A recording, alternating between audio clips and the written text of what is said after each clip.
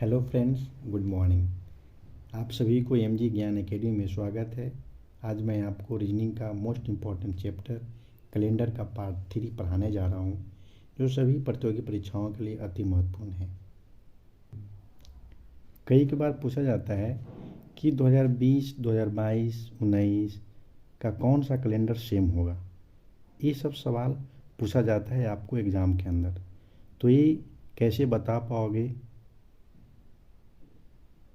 Calendar तो आपको exam में नहीं होगी, तो यही चीज़ बताने के लिए इस वीडियो में सारा चीज़ मैं सिखाऊंगा। तो वीडियो को अंत तक ज़रूर देखिएगा। आपका ज़्यादा समय नहीं लेते हुए चलिए हम अब अपने अपनी टॉपिक पे आता हूँ। इस रिपीट कैलेंडर को समझने से पहले आपको ये चीज़ जानना होगा कि कौन सा वर्ष लीप वर्ष है। लीप वर्ष है तो क्या, कि किसको लीप वर्ष बोला जाता है, किसको कहा जाता है। तो इस चीज़ को आप ध्यान में रखिएगा कि जिस साल फरवरी महीना 29 दिन का होगा वह ईयर आपको लीप वर्ष होगी। जो वर्ष 4 से पूर्णतः कट जाएगी वह वर्ष आपको लीप वर्ष होगी। जैसे देखिए 2016 में अगर हम भागा देंगे 4 से तो 4 बचे 20, 1 एक और 0 बैठाएंगे तब 6 आएगा, 4 चौका 16, यानी रिमाइंडर मेरा 0 बच गया। तो 0 ये जो बचा पूर्णतः कट गई, तो ये तो लीप वर्ष हो गया। ये आपको क्या हो गया? लीप वर्ष। ठीक है, ये तो आपको लीप वर्ष हो गई। लेकिन ये जो चैप्टर है रिपीट कैलेंडर, इसमें अगर रिमाइंडर आपको 0 बचता है तो 0 में 0 अगर बचेगी तो क्या करना है? 1 मिनट। अगर 0 रिमाइंडर आएगा तो उसमें क्या करना है? 28 जोड़ना है। ठीक, यदि आपको 1 रिमाइंडर बचेगी तो 6 जोड़ना है। अगर आपको 2 बचेगा तो 11 जोड़ना है। अगर आपको 3 बचेगी तो 11 जोड़ना है। ठीक है, तो इस कैलेंडर का, रिपीट कैलेंडर का मेन फार्मूला आपको यही फार्मूला बन गया। ठीक है, यानी ध्यान दीजिएगा कि यदि आपको शेषफल 0 बचता है तो उसमें 28 जोड़ना है। यदि 1 बचेगा तो 6 जोड़ना है। यदि 2 बचेगा तो प्लस 11 करना है। यदि 3 बचेगा तो प्लस 11 करना है। यानी शेषफल 0 हो तो 28, एक अगर शेषफल रहेगा तो 6 जोड़ना है।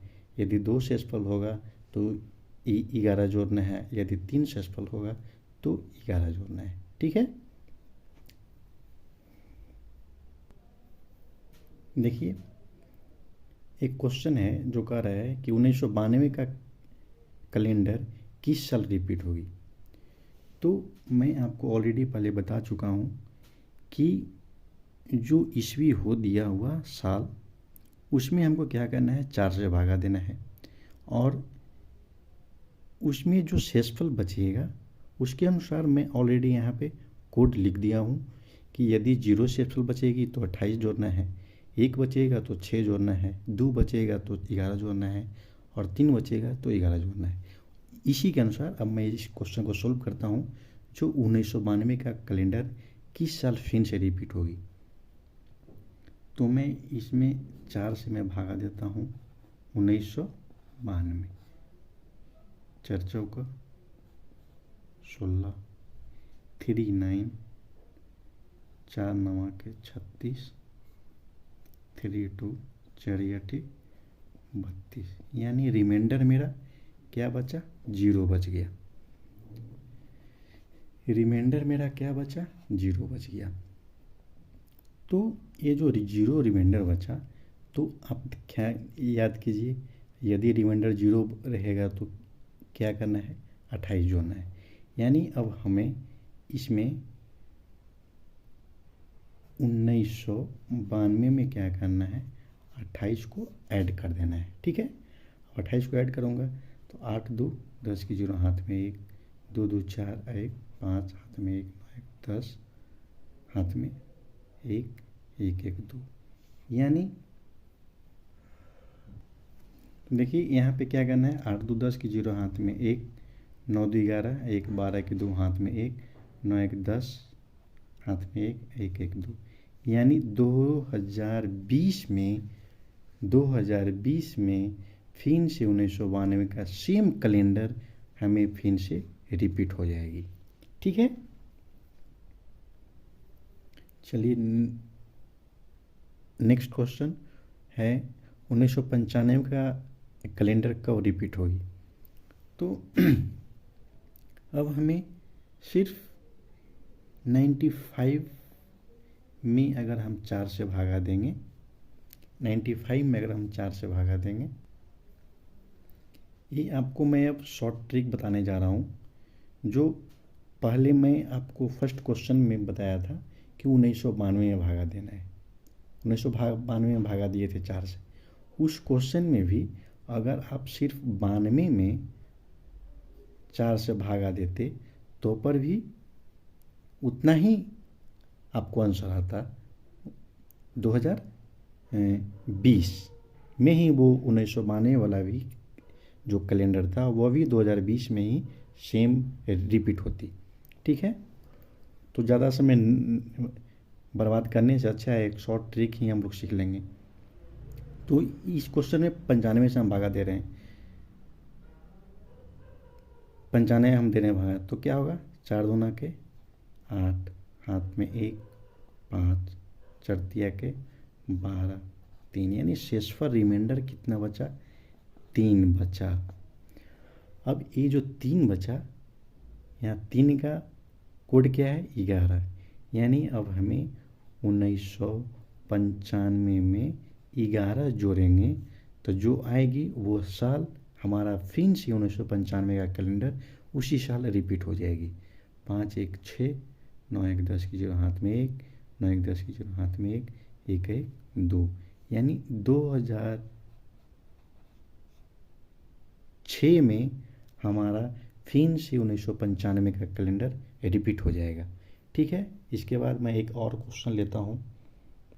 अगर मैं 1965 का लिया क्वेश्चन, तो मैं सिर्फ 65 में ही 4 से भागा देते हैं।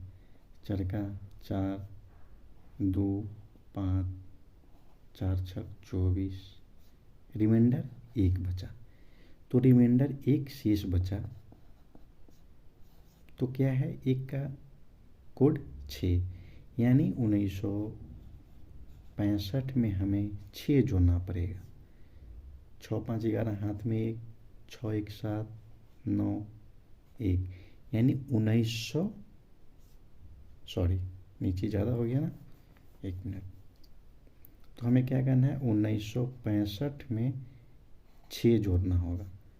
6 5 11 के 1 हाथ में 1, 6 1 7 9 1। यानी 1971 में 1965 का कैलेंडर फिर से हमारा रिपीट हो जाएगा। ठीक है, नेक्स्ट क्वेश्चन 1506 का कैलेंडर फिर से कब रिपीट होगी उसको देखना है। तो मैं ऑलरेडी पहले बता चुका हूँ कि 6 है तो 6 में 4 से भागा देना है,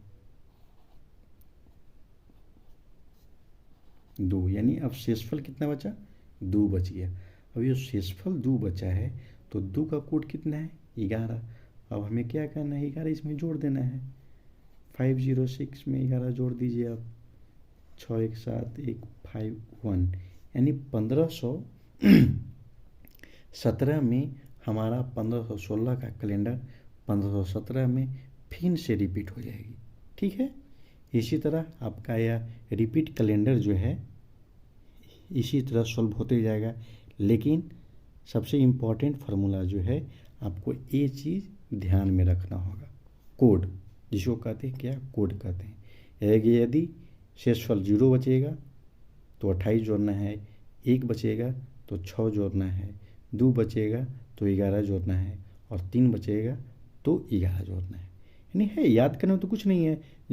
0 1 2 3 पहले 28 फिर 6 फिर 11 जोड़ देना है। ठीक है, इसी तरह इस कोड को आप ध्यान में रखिएगा। और जो मैं बताया 4 से भागा देने के लिए लास्ट का दो डिजिट में उसको ध्यान रखिएगा। लास्ट के 2 डिजिट में आपको 4 से भागा देना है। जो शेषफल बचेगी, जो शेषफल रहेगा उसका कोड देखना है और जितना कोड में जोड़ने के लिए बोलेगा उसको साल में जोड़ देना है। और जो ऐड करने के बाद जो आएगी वह आपका रिपीट कैलेंडर आएगा। ठीक है, तो चलिए मैं पूर्ण विश्वास के साथ कह सकता हूँ कि आप इस कैलेंडर को अच्छी तरह से, रिपीट कैलेंडर को अच्छी तरह से समझ गए होंगे। जय हिंद, जय भारत, जय बिहार।